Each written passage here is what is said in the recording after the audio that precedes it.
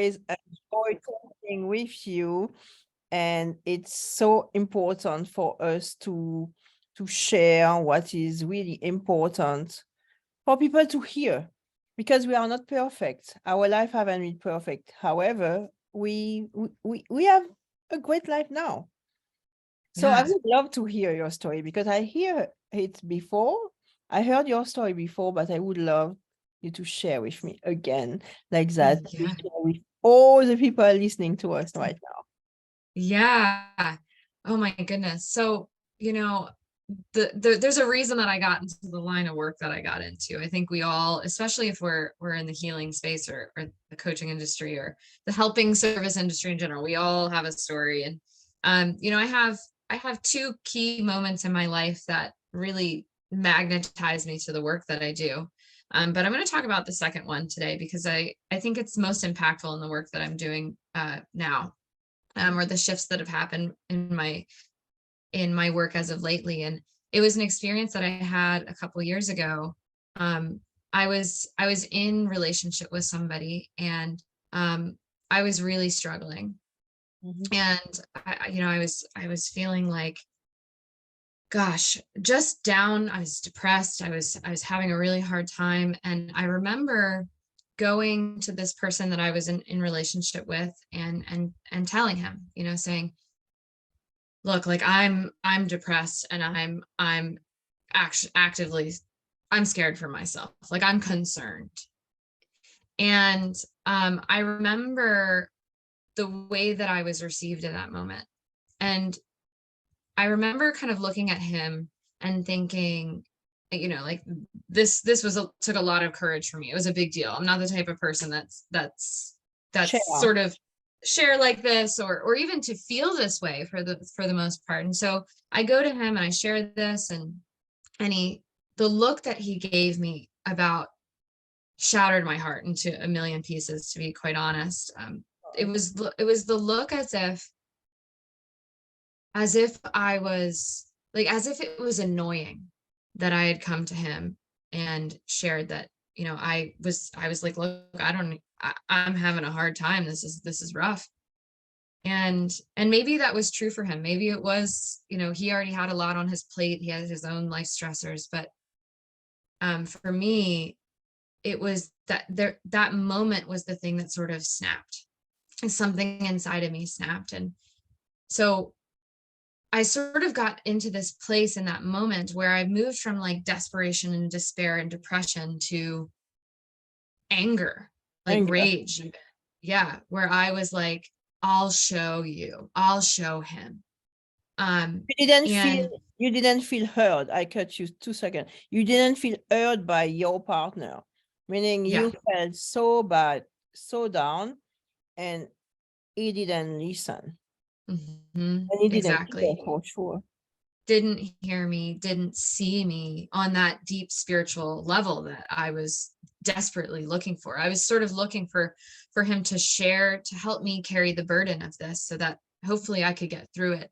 And what how it felt for me was that then I had an extra burden on top of what I was already feeling, which is the story. The story may not have been true, but the story that he didn't care enough about me, that he Yeah. didn't, right? And so I was in so much pain in that moment that I was like, well, if he doesn't understand me, then like I'll show him what it feels like to feel the way that I'm feeling, or maybe even worse. And so um I ended up, you know, sharing, you know, like, okay, well, I don't want to be here anymore. Mm. um and so I find myself, you know, running upstairs, and he knew exactly what I had meant in so many words. And so I sort of went upstairs um to complete the job, if you will, and fully expecting for him to kind of giving this is sort of my piece of the puzzle, is trying to kind of manipulate him into following me, to getting the attention and the deep understanding that I was looking for. And he didn't follow me. And so again, I went into further depths of depression, but also rage. I'll show him. Yeah. And And I not go not upstairs.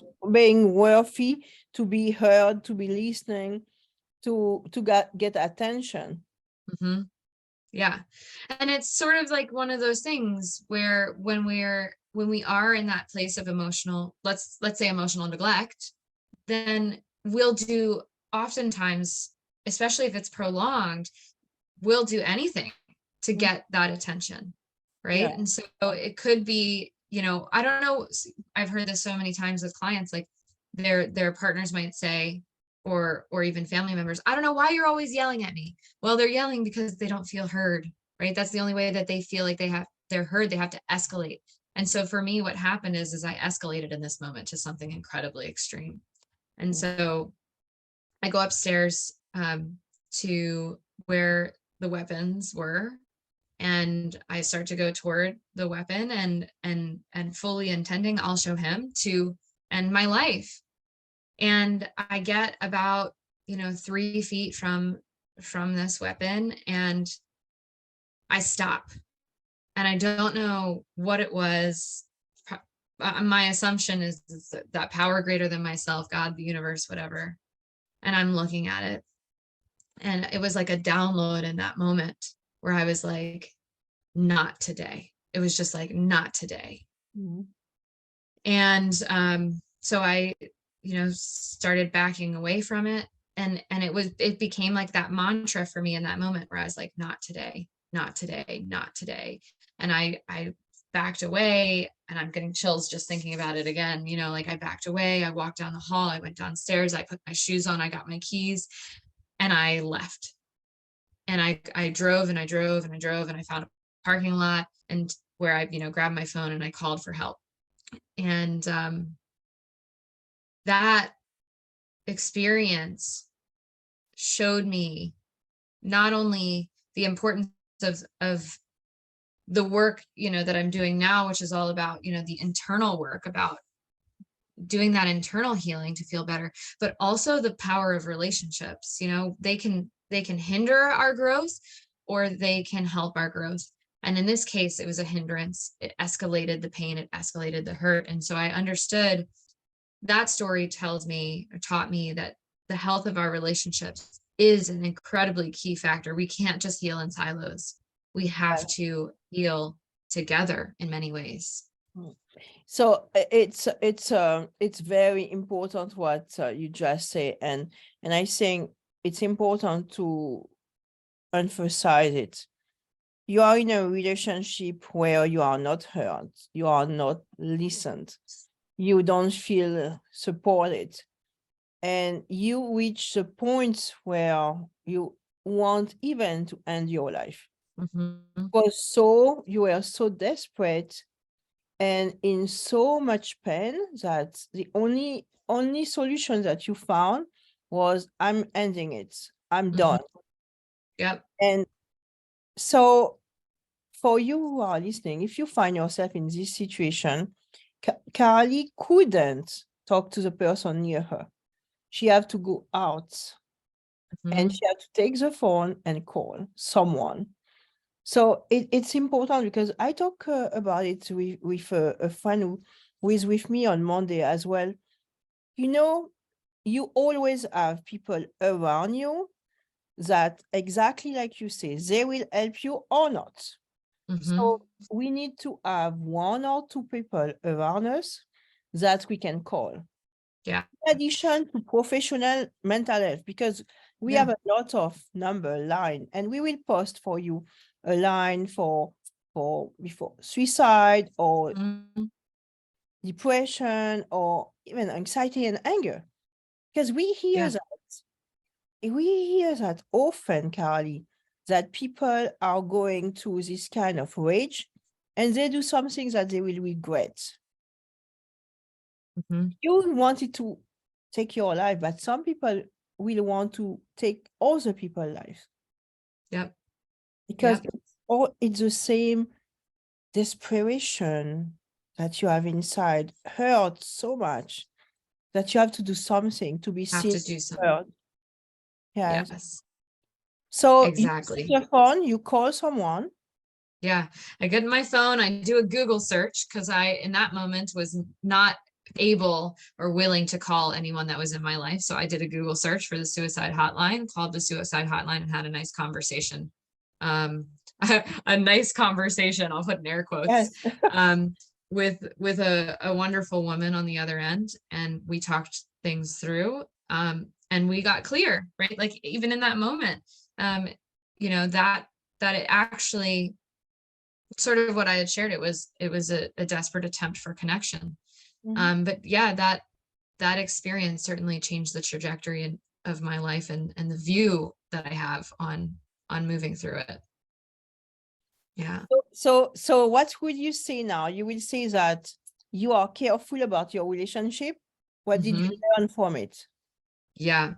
Careful. So yeah, for me, it was, I had spent much of that particular relationship, um, it was almost like I saw a video the other day. I'm trying to remember exactly. It's almost like the people pleaser's tendency, right? So Mhm.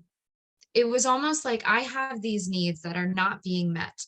And instead of saying, okay, this person is incapable of meeting my needs and therefore I need to go somewhere else, what I was doing is I was saying, how do I get rid of my needs? Right? How do I shift to be in relationship with this person that I did deeply care about?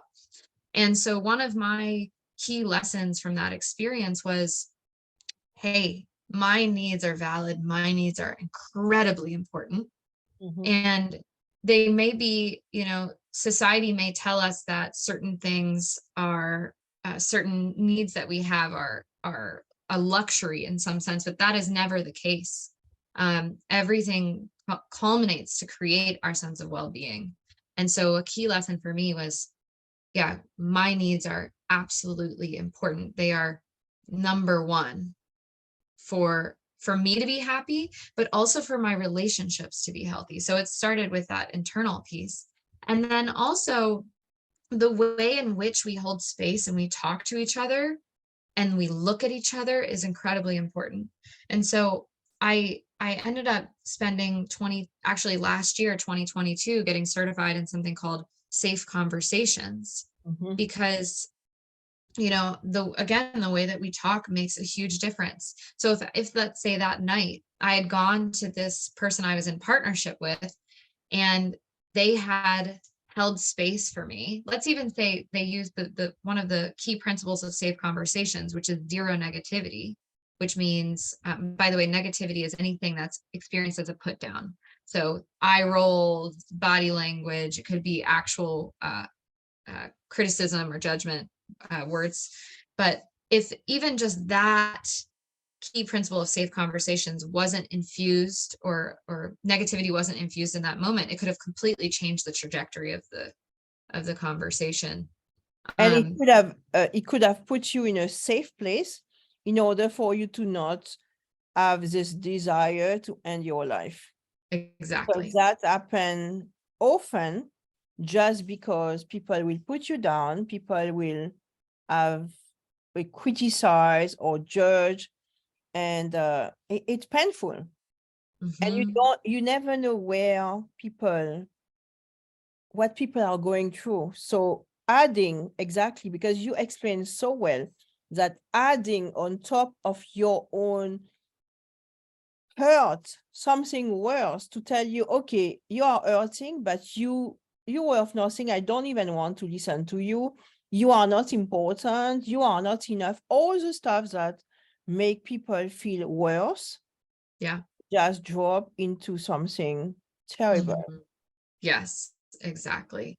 And we don't know what's going on in people's minds and lives. I know in my family and in the way that I was raised, and just unconsciously there's this tendency to minimize Mhm. when things are really bad. And right. So yeah, gosh, there's so many examples I could give you, but let's say, my version of minimizing might have been, hey, I'm really struggling right now. Like I'm nervous for myself. Where I could have been like, look, I'm about to go and my life, like I could have been much more, right? Something much more Yeah. dramatic. But we don't know. We don't know how people are communicating. We don't know their internal world. And so practicing, the key principle of safe conversations like zero negativity, or striving for zero negativity, right? Um, and even some of the other principles that I teach, like that can make the difference, because we're creating safety for ourselves and for other people, no matter whether they're having a good day, a bad day, a mediocre day, or somewhere in between. We Absolutely. know we're doing our part to create a healthier species, even like just a healthier human race. Yeah, and you are right, because you know what I learned is that people will be negative with people because they are negative with themselves at first. Yes. Not because they feel so much better than others that they are like that, or they Yep. feel superiors or they are judging others. Often they Yep. feel so bad about themselves that they have to take it on someone, or they have to feel equal to someone, or put Yep. someone in the same situation they are in. So the safe conversation is really important, and I really admire what you do, because it's about two person putting themselves together and saying, okay, I don't know how to do it. I don't know how to communicate. I want to communicate better. Yeah. I want to be able to talk to you and not hurt you. Yes. Because also I don't want to hurt myself. Exactly. And Yeah. that, yeah. And safe conversation are at work, at home, in a intimate relationship, with the kids, with our peer friends, and it's so important. Yeah. Yeah. It applies to every single relationship that we have across the board, every single one. I mean, I could go down like the list, like at work, you know, the healthier the relationships we have at work, the more productive we are, the less retention we have, right? There's the applications that we're just happier in general across the board. Friendships, I know so many people that they kind of cycle through friends every couple of years or even faster, because of maybe there's a blowout, there's resentments, boundaries aren't set, right? And safe conversations enables us to have at work, in our platonic friendships, in our familial friendships, and our romantic ones. It allows us to have those heartfelt conversations, the ones where we share the good stuff, but also the difficult ones. You know, those ones where we need to set that small boundary that we're really nervous about, but we can do it in a safe way, in a way that the other person can actually hear us instead of shutting down, right? Yeah. And vice versa, where we can hear someone else without shutting down or hailstorming, right? Maximizing the situation. So And it applies. Yeah. it applies everywhere in every situation. And you know what you say, it's not when you have relationship, you build resentment, and that also it's huge, because someone will tell you something, it hurts you, you step back because you learn that to stay, to not talk about what you feel, because that is conditioning in childhood, or Yeah. you were raised in a way, you grow up in a way, and it's affecting your how you react. Yep. So remember that the other person in front of you was raised also in a way, and Yeah. because of that, and he will not have the same way of communicating, or the same way of reacting, or even the same way of suffering, Yeah. the same way of expressing it. So Yeah. remember that. Yeah. And that's really what I love about safe conversations. And then also my holding space beta program, because we're in that program, we use safe conversations foundations, for women to share and be seen.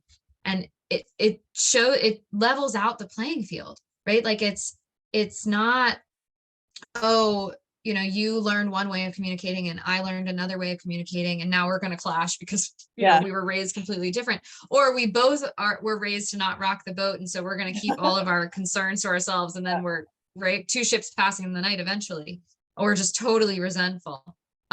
Safe conversations creates a structure for both people to be on the same page with. They, despite whatever triggers we might have within us, whatever filters we might have on, like there's a structure, there's a safety in the structure that both people understand. Okay, one person's talking, one person's listening. I'm going to use this sentence stem and then fill in the blanks, and then I'm going to use this sentence stem and fill in the blanks, right? And so there's this, it levels out the playing field. Everybody knows what's happening, and that's deep emotional safety in the structure of the process. Yeah, so we don't have to worry about all those all the crazy stuff we're carrying from our past and how we were taught to communicate or not. That is so true. So it's great, but I would love you to do one of these time, one safe example of safe conversation, a small even example where we begin to talk and you explain what would be the way of doing it better. Can you give us an example, for example? Yeah, so, well, I can give you, so the first thing that we would start with the safe conversation, I shared is the understanding of zero negativity. That's really, really important. So, doing your best to have the glimmer in your eye, doing the best to have that feeling. If maybe imagine a time in your life where you were curious, where you had a sense of wonder, and try to bring that about into your body. That would be my first thing. It'll help, relax the shoulders, create that sense being of on the safety. phone during the time you are Yeah. talking to, oh yeah, Yep. okay. Yeah. Right. So curiosity, wonder, presence. That would be the first thing.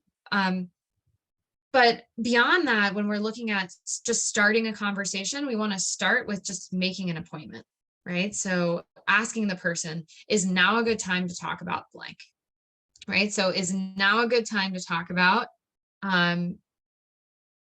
let's see, it's now a good time to talk about our next meeting, when we're going to have our next meeting. Is now a good time to talk about what we're going to have for dinner? Is now a good time to talk about why our numbers are so low? Whatever the example is, asking the other person for an appointment sets us up for success.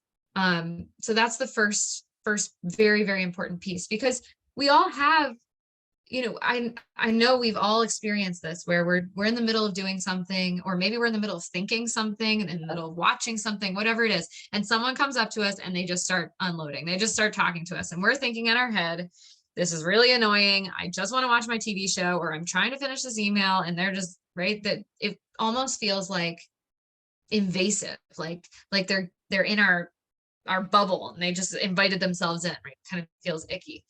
And so we want to prevent that. We want to ask for permission to enter their world, to enter their headspace. And they can say, yeah, I'm available, or no, hey, this show's over in 5 minutes. Can we talk in 5 minutes? Absolutely love that, because that's set already a respect and concern and caring. I ask you if you are available to speak with me. That is wonderful. Yeah, game changing. And then the key thing about that is that if you, let's say you're on the receiving end of that, you want to make sure, I think both, you can figure it out from both ends, but you want to make sure that if now is not a good time, that you find a good time within like 24 to 48 hours, right? So making sure that person knows that they're a priority, and that conversation is, since it's important to them, it's important to you. So setting that additional time. So maybe it's not in 5 minutes, but maybe you're on deadline today and you got to get a lot of work done. So, hey, can we talk about this tomorrow at 10 a.m., when we start our day? Always making sure you have that follow-up if the answer is no. Yes. Yeah. All right. Thank you for that. That is a great, I think I hope you all appreciate this tip, because all of us, we interrupt people in their thoughts, in their TV, their books, their days, maybe their own struggle. So we have to be really careful about that. Yeah. It's really wonderful too, because what you're doing in honoring someone else's internal world and what they've got going on by asking, you're also honoring that part of you that wants to be deeply seen, right? Because you're saying, you're bidding for their undivided attention, for their presence, and they're telling you, I'm available or I'm not right now. And so by asking, you're also giving yourself the gift of actually deeply being seen when it's the appropriate time to have that conversation. I can't tell you how many times I didn't ask for an appointment and I felt completely shut down. But when I do, Yeah. and the time is right, it makes all the difference. It really does. So it's a gift for everybody. So you will recommend to people to have dates? Yes, make an appointment or have a date in your relationship. Okay, say, okay, I have something to talk to you about. I would love to. When would it be the best time for us to talk about blah blah blah blah blah? So Yeah. yes, going to vacation or going having a discussion about the house or the kids or The anything. bills or whatever it is. Yes. The Yeah. finance. Exactly. Finance, Exactly. how to be Having better that. and then our budget or whatever. But Exactly. taking the Yeah. time to say that. Carlee, that was wonderful. Thank you so much for all Of this tip. course. And I hope to see you again. And I'm sure everybody would love to see you again to talk about going deeper in this safe conversation, because just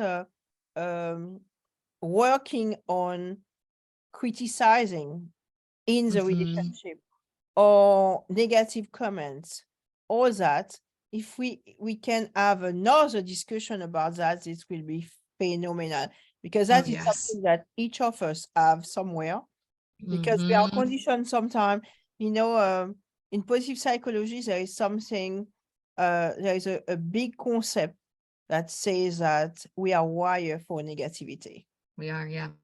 Mhm. It's the It's for first thing. survival. Exactly. So let's talk about it. And I love that our work is similar, and the similarity is in the fact that we want the best to help each of you to have the best life possible, and to Yes. give you tips, different kind of tips. Because I Yeah. work with people on their own energy, their daily struggle, but conversation, safety, it's so important. Thank you so much, Carlee. Yeah. So Thank you so much for having me. Oh, goodness, I feel like we could talk for hours about all of we can this. talk for hours, but people will not listen for hours. So we give you a little bit today, and next time a little bit, and I'm sure you will take the time to listen. Thank you so much, Carlee. Bye-bye, everybody. Thanks. Bye. Bye-bye.